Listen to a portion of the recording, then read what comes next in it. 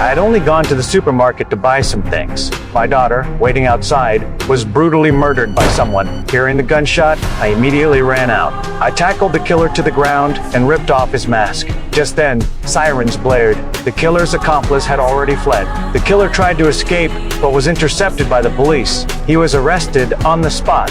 All I could do was hold my daughter in a pool of blood, overcome with grief. By the time my wife arrived at the hospital, our daughter had already left us forever. The root cause of this tragedy was merely a test imposed by the gang boss on his youngest son that he could join the gang by killing any random person on the street. My daughter became the sacrifice for this. The prosecutor informed me that the suspect only confessed to assaulting an officer and resisting arrest, denying all other charges. With no surveillance footage or eyewitnesses at the scene, it remains impossible to prove that man was the killer. He could only receive a sentence of 3 to 5 years at most. I cannot accept this outcome. I have decided to punish the murderer in my own way. In court, the lawyer asked me if I had personally witnessed the man commit the crime. I thought for a moment and replied, No.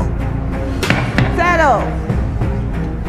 Not sure I can confidently identify that man's to attack. The judge reminded me that I would be held accountable for my words, but I firmly stated that everything I said was the truth, and I also withdrew the charges against the perpetrator. Therefore, the judge had no choice but to acquit the man. The killer then walked out of the courthouse. His brother came to pick him up. I sat in the car watching it all unfold.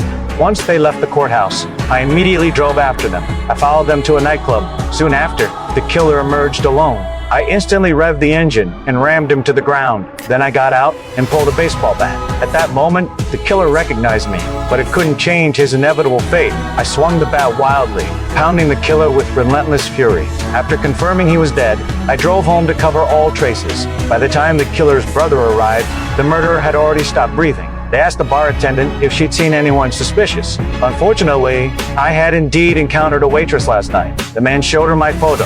After receiving the waitress's affirmative answer, Get everyone. Everyone. I want to go hunting.